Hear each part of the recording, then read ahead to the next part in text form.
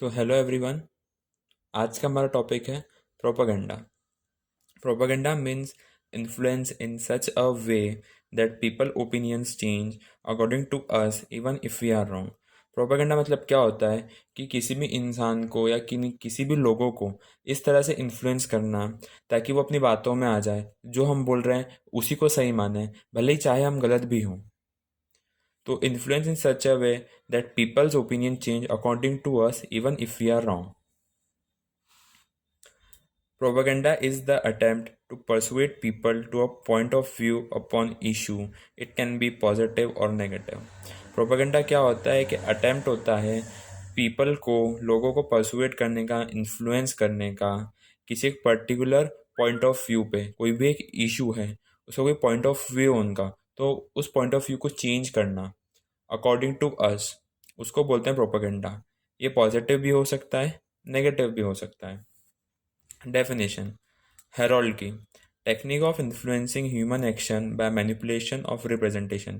Manipulate करके किसी भी ह्यूमन एक्शन को, ऐसी टेक्निक मतलब इन्फ्लुएंस करना किसी भी ह्यूमन एक्शन को, उसको बोलते हैं प्रोपागेंडा।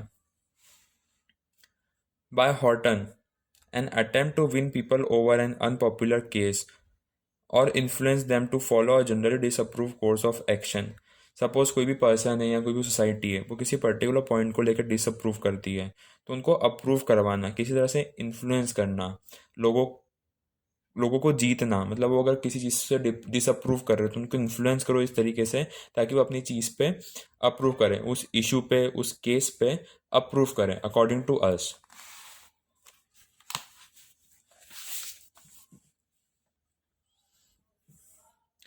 फिर आते हैं इसके की फीचर्स।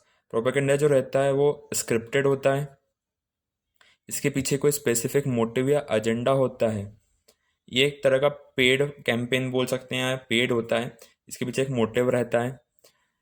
इसको हम as a particular event consider करते हैं, ये ऑटोमेटिकली नहीं होता है, ये पेड होता है और उसको पूरा बनाया जाता है प्लानिंग के साथ। ठीक है। फिर इसमें कैंपेन्स होते हैं, एड्स होते हैं, प्रमोशंस होते हैं।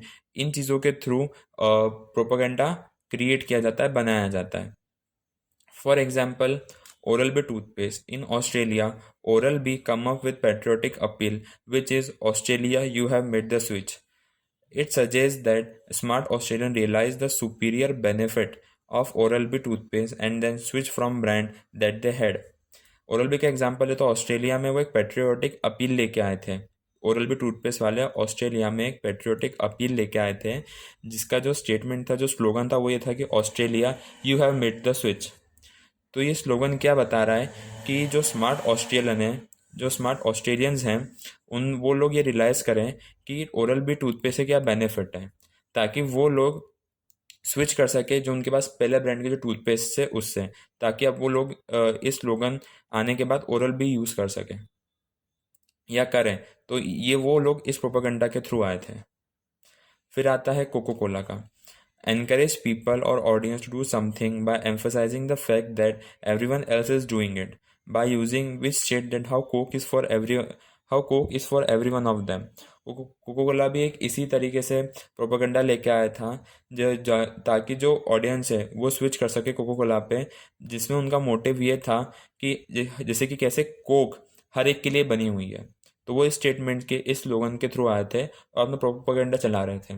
अगर एक बेसिक सा एग्जांपल लूँ तो अभी जो किसान आंदोलन हुआ था, उसमें मियाँ खलीफा और ऐसे बड़े बड़े सुपरस्टार्स या बड़े बड़े सेलिब्रिटीज़ या जो बहुत फेमस पर्सनालिटी हैं, वो उसको लेकर ट्वीट कर रहे थे, जबकि उनको उसके पीछे का मोटिव भी नहीं पता है। उनको सिर्फ, जहाँ तक मुझे पता है, उनको सिर्फ पे किया गया था ताकि वो ये ट्वीट कर सकें, क्योंकि और भी इश्यूज चल रहे हैं इंडिया में। उन्होंने किसी के बारे में ट्वीट नहीं कहा, नहीं किया, या किसी चीज़ में इन्वॉल्वमेंट नहीं हुआ उनका, सिर्फ किसान आंदोलन आंदोलन को लेके ही हुआ। तो वो एक तरह का प्रोपेगेंडा हो सकता है।